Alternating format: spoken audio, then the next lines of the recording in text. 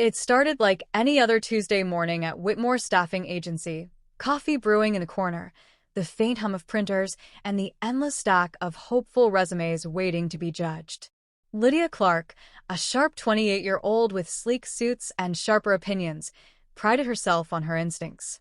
She could scan a resume in 10 seconds and know exactly who was worth a call and who deserved the shredder. When the old woman walked in, stooped, silent, holding a neatly folded application in hands lined like old parchment, Lydia didn't even look at the paper before sliding it aside with a dismissive smile.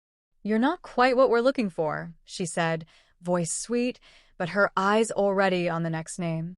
But the next morning, Lydia arrived at work and found a surprise waiting in the conference room. The agency had a new owner. It was the old woman she had rejected. Lydia stared through the glass at the figure addressing the staff. The same gray hair twisted into a low bun, the same long fingers that had handed her that resume just a day before. But there was something different now, an unsettling calm in her expression, a depth behind her pale eyes that Lydia hadn't noticed before. She spoke in a hushed tone, yet everyone leaned in as if drawn by an invisible pull.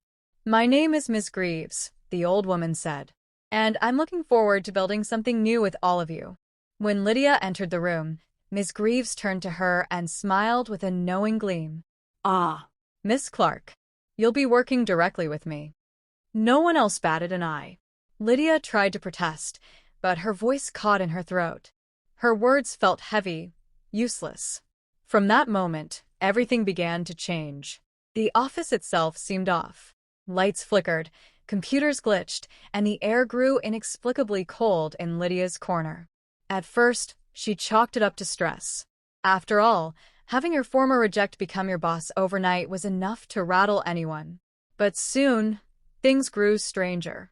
One evening, long after the others had left, Lydia stayed behind to finish some paperwork Ms. Greaves had assigned her, files with names that didn't exist in any system, resumes written in smudged ink that seemed to rearrange themselves when she blinked.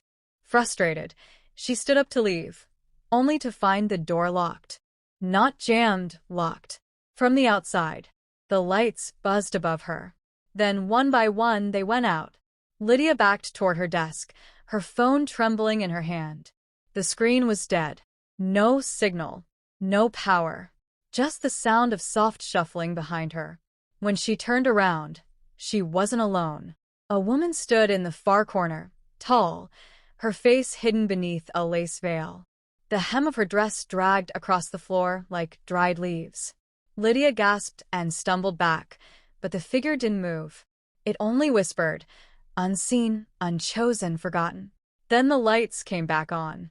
The office was empty. The door swung open easily. The next morning, Lydia demanded answers. She stormed into Ms. Greaves's office, determined to confront her, to make sense of everything. But Ms. Greaves simply offered her tea and said, "You're doing very well. Some people take longer to see." "See what?" Lydia asked, her voice cracking. But Ms. Greaves only smiled and turned back to her window. Over the following days, Lydia began to lose time. Hours would pass in moments. She'd find herself in places she didn't remember walking to, dark supply closets, the basement file room that no one ever used.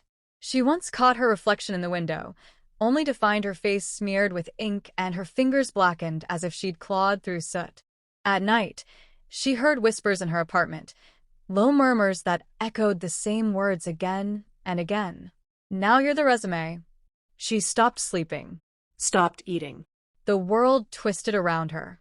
Then came the worst part. Her coworkers began to disappear.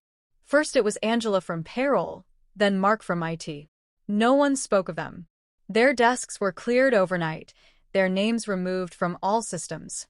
Lydia tried to ask around, but people only looked at her with hollow smiles and said, "Who?"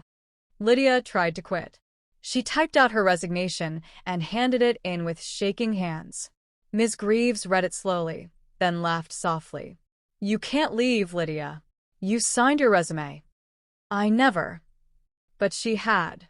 Somewhere along the line, in those late nights, in those forgotten hours, she had written her name on one of those strange, smudged files.